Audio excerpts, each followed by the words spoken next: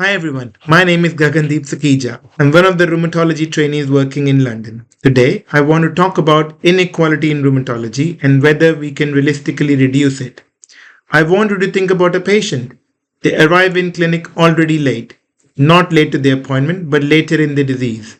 You can see the joint damage, you can see the deformities, you can see the loss of opportunity here. And you know this didn't happen because treatment didn't exist. It happened because they reached us too late. Now, imagine the opposite. The same patient is referred early, diagnosed before irreversible damage sets in, given clear information about their illness, and has timely access to expert opinion. Be honest with yourself. Who wouldn't want this for their patient? And yet, this is not the reality for many patients. Where you live, your socioeconomic background, your proximity to a specialist, these still determine how quickly or whether you receive care. In rheumatology, waiting is not neutral. Waiting causes damage. NICE recommend patients with suspected inflammatory arthritis are assessed by specialists within 3 weeks. In reality, UK data consistently shows wait time of several months and in some regions much longer. Every delay increases the risk of damage. So why does this gap persist? Not because we don't care, not because we don't know what to do, but because the systems we rely on don't scale. We cannot train specialists fast enough. Service redesign requires political will. Policy change is slow, and geography doesn't move. Access does not scale. The UK already has fewer rheumatologists per capita than recommended, and globally large parts of the world have less than one rheumatologist per 100,000 people. Even perfect guidelines cannot overcome structural shortage. So, here is the real question. Can we extend expert rheumatology care without being constrained by geography, income, or workforce? Can we democratize access to expert opinion?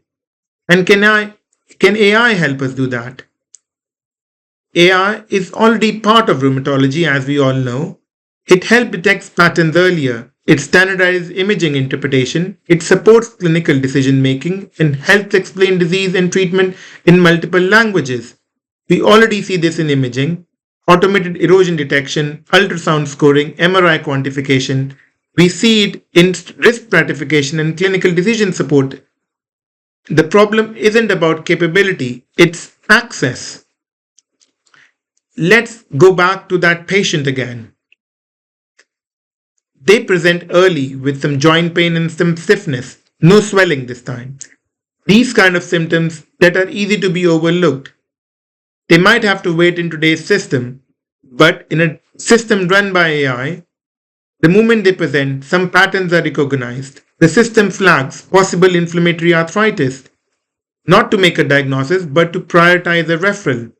This aligns with the NICE early inflammatory arthritis pathways, but helps ensure they are actually triggered. While the patient waits to see a specialist, initial bloods and imaging are interpreted more consistently, reducing variation and missed signals. Even once a treatment is started, the patient doesn't leave confused. They receive clear information about their condition in their own language, explained in a way that makes sense to them. This is especially important for multicultural population, which can alone change engagement, adherence, and maybe trust. Between visits, symptoms are monitored through apps, flares are recognized earlier, and problems are not lost between appointments. Nothing here replaces the rheumatologist, but it just changes when the patient reaches us, how they are supported and while they are waiting.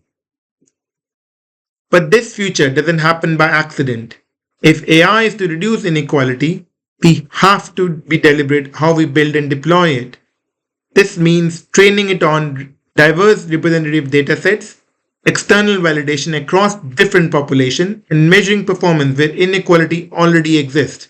It means tools that work in low resource settings and not just tertiary centers. And it means AI as a partner supporting clinical judgment, not replacing it. Because if we get this wrong, the same patient story could look very different. Biased data could mean they are missed again.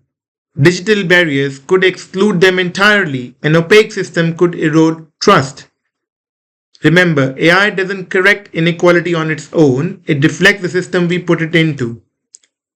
So when we talk about rheumatology and AI, this isn't really a technology question I'm referring to. It's a question about who reaches us in time, which patients are seen early.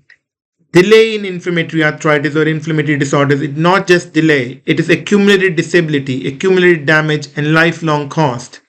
I don't believe AI will replace rheumatologists, but I do believe that it can help ensure that fewer patients arrive late to us. If inequality in rheumatology is a design problem, then I think AI can give us a chance and a responsibility to design a fairer system for every patient wherever they live. Thank you.